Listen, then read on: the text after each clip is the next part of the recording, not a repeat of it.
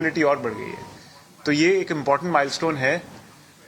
हम इसको देखते हैं कि अब ये जो हमारा मिशन है वो सिर्फ हमारा नहीं है, वो सबका मिशन है, क्योंकि उसमें इतने सारे इन्वेस्टर्स पार्टिसिपेट करेंगे।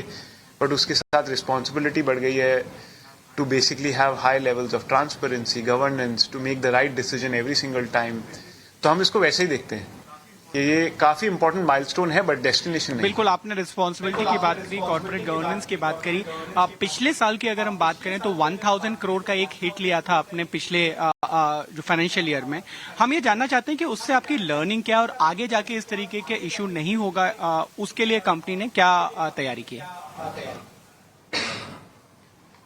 तो हमने कोई हिट नहीं लिया था। बेसिकली जब हम शुरू में इनकॉर्पोरेट हुए थे तो हम यूएस में इनकॉर्पोरेटेड थे एज अ कंपनी, और जब हमने डिसाइड किया और बोर्ड ने डिसाइड किया कि हम इंडिया में लिस्टिंग करना चाहते हैं, क्योंकि हमारे सारे कस्टमर्स यहाँ हैं, सेलर्स यहाँ हैं, हमारी ब्रांड यहाँ पे पहचानी जाती है, तो हमने वो यूएस एंटिटी और इंडिया एंटिटी का मर्जर किया, जिसपे कि टैक्स देना होता है, बिकॉज द मर्जर प्रोसेस में जो टैक्स बनता है, तो वो हमने अपने पुराने शेयर होल्डर्स से रेज करके बिफोर द लिस्टिंग सारा टैक्स पे कर दिया, ताकि जो नए शेयर होल्डर्स हैं उन पे इसका कोई इम्पैक्ट ना हो।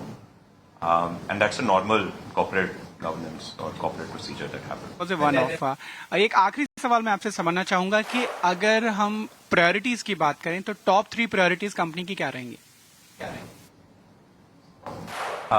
आई थिंक जैसा कि हमने अपने आरएचपी और प्रोस्पेक्टस में भी बात की है, टॉप 3 प्रायोरिटीज है कि हमारे कस्टमर बेस को ग्रो करना है। तो सब कुछ बहुत मिशन अलाइंड है, ऐसा नहीं है कि कुछ नई चीज है।